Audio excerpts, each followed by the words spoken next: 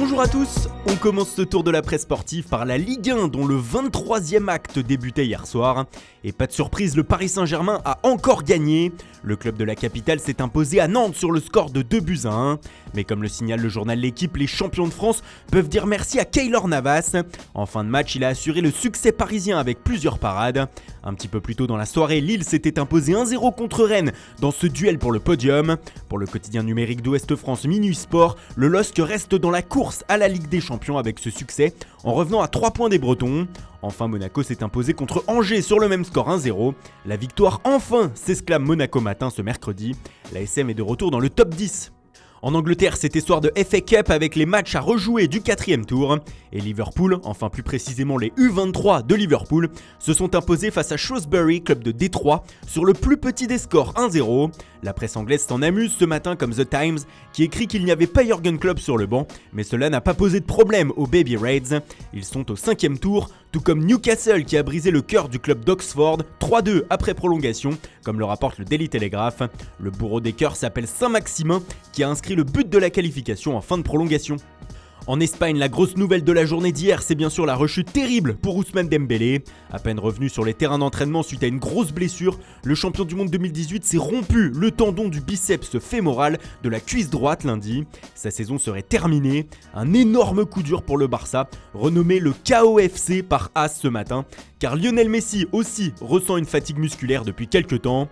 Il pourra tenir sa place demain en Coupe à Bilbao, mais les Catalans vont prendre de gros risques. Mais la blessure de Messi n'est pas ce qui fait parler de la Pulga ce matin. En effet, l'Argentin a fait une sortie médiatique très remarquée hier soir.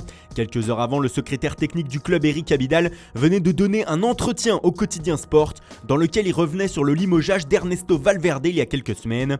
Le Français a notamment déclaré « Beaucoup de joueurs n'étaient pas satisfaits du coach et ne travaillaient pas beaucoup à l'entraînement ». Une phrase qui a fait sortir de ses gonds Lionel Messi qui lui a répondu sur Instagram, déclenchant un véritable tsunami selon le média. Sincèrement, je n'aime pas faire ce genre de choses, mais je crois que chacun doit être responsable de son travail et assumer ses décisions. Les joueurs, de ce qui se passe sur le terrain. Et en plus, nous sommes les premiers à reconnaître quand nous ne sommes pas bien.